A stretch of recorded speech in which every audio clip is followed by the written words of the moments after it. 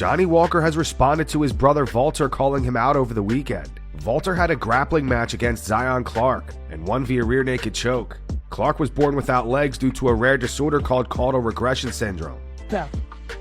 But I'm a little bit upset. I'm very upset because call my brother to come here with me and he don't come. I wanna smash him. I have some kind of relationship very weird now to my brother. I wanna smash him. I wanna broke his foot, you know? I wanna bring Johnny to here and show for him who is the real Walker. But if his wife let him come, everybody know his wife, his manager, his wife, his boss, you know?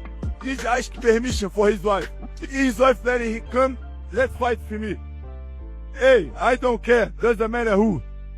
Show me the money, I kill everybody, smash everybody. I will smash him here, and after I wanna bring him to UFC, and smash him in the UFC too.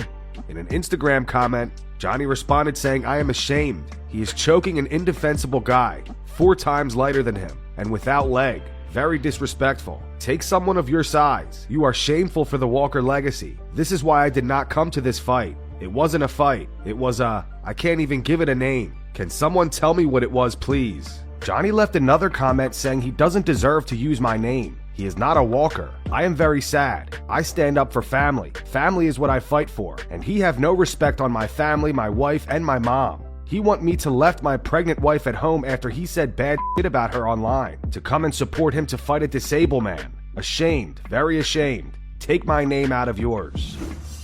Dustin Poirier broke his toe during training yesterday. It hurt, but I'm gonna do it again. You ready? It hurt, but I'm gonna do it for camera. Y'all ready? What do we got?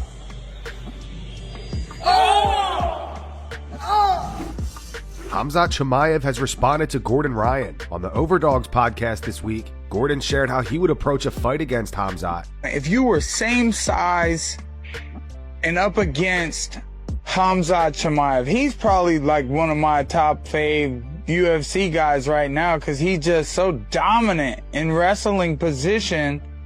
You know, how would you use your grappling to find, what would you look for? Would you want to get on top? Or, you know, if you could think like a striker from a striker standpoint, how can you break his grips, get up and create the fight that you want? What do you see when you see him compete? If you look at I forget what match it was. It was one of Khabib's earlier fights. He fought this little jacked wrestler guy. The Brazilian dude? No, it wasn't Gleison Tebow. It was another guy. I forget what his name was, but he escaped and actually reversed Khabib like 3 or 4 times with Granby's, where he would like go to heist and Khabib would go into a rear chest lock and put him down and he would Granby out. You see everyone tries to do one Granby, like DDP versus Khamzat. You saw like DDP try to do one Granby and Khamzat followed and would cover his hips and keep him broken down. But the integration of heisting back up to your feet, and then when the guy goes, because their whole thing is they take their hands up nice and high behind your arms, they go into rear chest locks and they put your hands back on the ground. So every time you try to get up, your hands go to the floor, so you're carrying their body weight and you can't stand up to start breaking their hands apart or to turn around and hit them. Because they can hit you because your hands are on the floor, well, their hands are on you. So they can hit you, but you can't touch them. And so the combination of heisting when his weight is leaning back, and then when the weight goes to lean forward towards your hands, and he goes to drive forward towards you, going into Granbys and using a series of Granbys and heists to get up and away, is like the best combination. And then throwing submissions in there where like you can roll into leg locks off of those Granbys, or like, you know, use them to go to triangles, things like that.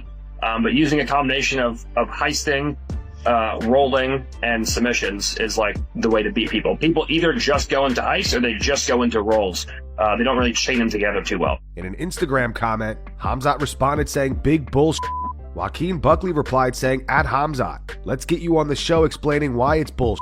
Khamzat responded to Buckley saying, "You too, same shit," with a laughing, crying emoji. Corey Sandhagen thinks he deserves a rematch with Petr Yan more than Sean O'Malley does. I mean, I try not to be a hater and be a jealous person or whatever, but I'm like, yo, why are we not talking about me and Yan fighting again when me and Yan had a killer fight? It was a performance of the night. It was 5 rounds. Like, we had a killer fight. Sean got finished by Merab. and then after that, barely beat Song, and I finished Song. You know what I mean? Like, I broke his orbital and I cut his eye. I put Song in surgery the next time. You know what I mean? So it's like, give me a little bit of freaking credit. Let's go. God damn it. You know? But yeah, so, but I can't let that stuff enter into my head, or else I'll just be a jaded, jealous, like, mean person all the time, so. But yeah, that's the fight that there is to make. I honestly, as a fan of the sport, I would really want to see O'Malley and you. Like, I really think that would be a showdown. Totally. Yeah. Just waiting for them to say okay.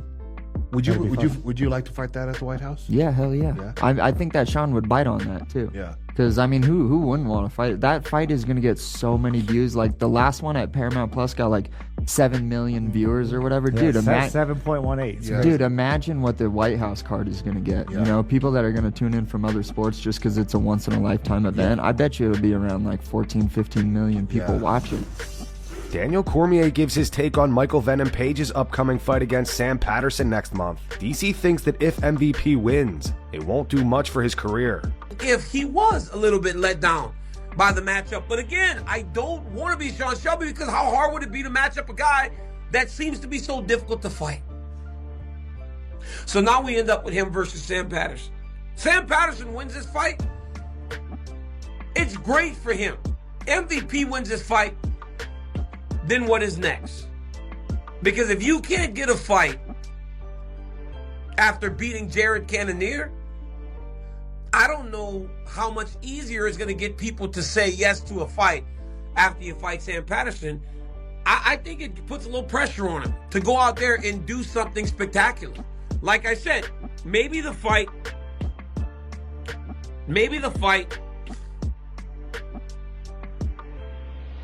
isn't as high profile, but maybe it's an opportunity for him to do something spectacular. He hasn't had a finish since Bellator. But if he doesn't, then it just kind of follows the path of what his career's been. So I don't know, man. Puts a little pressure on MVP, but just looking at him, he looked a little disappointed that was the fight that he was getting.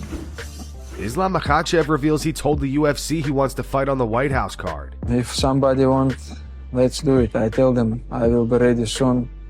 If White House, of course, I want to be in White House, because there may be one and only we will make the fighting in White House. I want to be in history. Now I'm already make good money, which one I enough for my family, you know. And now I have everything before it's also not coming in my dream, you know. Now I just ready, you know. I training every day, still hungry, still fighting, still want to be champion. Full Violence shared footage of Charles Oliveira hitting pads in preparation for his upcoming rematch against Max Holloway at UFC 326.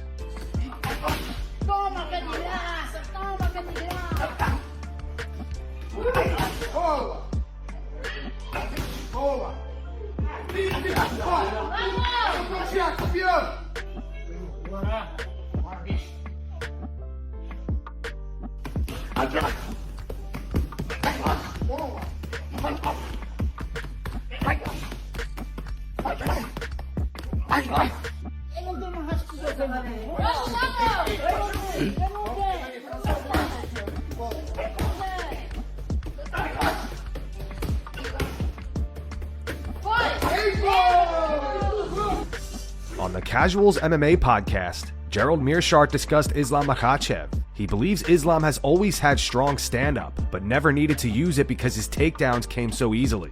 No, he's always had good stand-up. It's just he hasn't had to use it in a lot of his fights because the takedown's so easily there. Yeah. And, like, you know, he'll get in the clinch, he'll grab the gloves, he'll hit those little foot sweeps and stuff like that, or off-balance guys enough where it's not really any reason for him to throw any strikes. But then when those initial exchanges do get stopped, then he's got to jab him in the face 100 times. And then you get to see, like, you know, and especially like the second Volkanovski fight, Islam had been throwing some pretty good kicks for a while, but again, you just didn't see a lot of it because you throw one kick and get a takedown. Well, if they don't get up, Yeah, you don't have to throw kicks anymore. You know what I mean? Especially with the JDM fight, he was throwing those calf kicks really, really effectively. Yeah. Which was very, very shocking for me, anyways. I mean, we always knew he had a great left kick, right? But he just he was kind of throwing them like openly without even setting up his hands, and he kept hitting it. Well, and if you just think logically, like just because you've never seen him do it doesn't mean that they're not practicing it. And if you're just like, okay, I'm fighting a boxer who's kind of heavy on the lead leg, take that leg. It makes sense to throw calf kicks, right? Yeah. You don't want to go too deep and throw it like to the meat of the leg because he'll just step in and crack you. Yeah. So just peck at that calf and make him lift his leg, make him not be on balance, make him be in a position where he can't just set and throw his power right off the bat. Colby Covington says he's in negotiations with the UFC to fight on the White House card and has named Paddy Pimblett as the opponent he'd like to face. For UFC, do you have a timeline for when to go back? Where are you at? Yeah, I've been negotiating with the UFC for the White House card. That's the one that I want. I told them like this is important to my legacy and important to my career. This would be the biggest fight I've ever had. Is to fight on the South Lawn in front of the president would be the greatest honor of my career. So we're in negotiations right now. Bro, everybody you could want on this card is asking. Let me get on it. Let me get on it. Anybody you're thinking of? Yeah, I mean, I really like the fight with Paddy Pimblett. He had shown interest that he might want to come up a weight class to welterweight. He's cutting a lot of weight to get to 155. The kid weighs like 200. He looks like even the doctors told him, they're like, dude, your organs are going to fail if you keep cutting to lightweight. Like, he's pretty much telling him, like, you need to go up a weight class. So I love that fight. Plus, it's a fight where it's an American versus, a British guy. I don't want to fight an American guy on the American card of the 250th birthday of America. Rampage Jackson pressed a fan for asking him about Jon Jones. As most of you know, Rampage fought Jones back in 2011 and lost via 4th-round submission. There has been bad blood between the two ever since, with Rampage blaming Jones's use of oblique kicks for causing long-term damage to his knees. I've been a huge fan forever. Oh, thank you, brother. I have one question for you. What? Is that a video? Yeah. Tell me it's a video. I didn't know it was a video. All right. What was it like fighting Jon Jones? Get the out of my face. Get the out of my face. Hey, guess what, though? What's it like being a little What's it like? What's it like being a little I'm not telling you. No. Tell me, though. What's it like being a little You asked me a question. What's it like being a little I'm a huge fan. What? No. I answer your question. What's it like being a little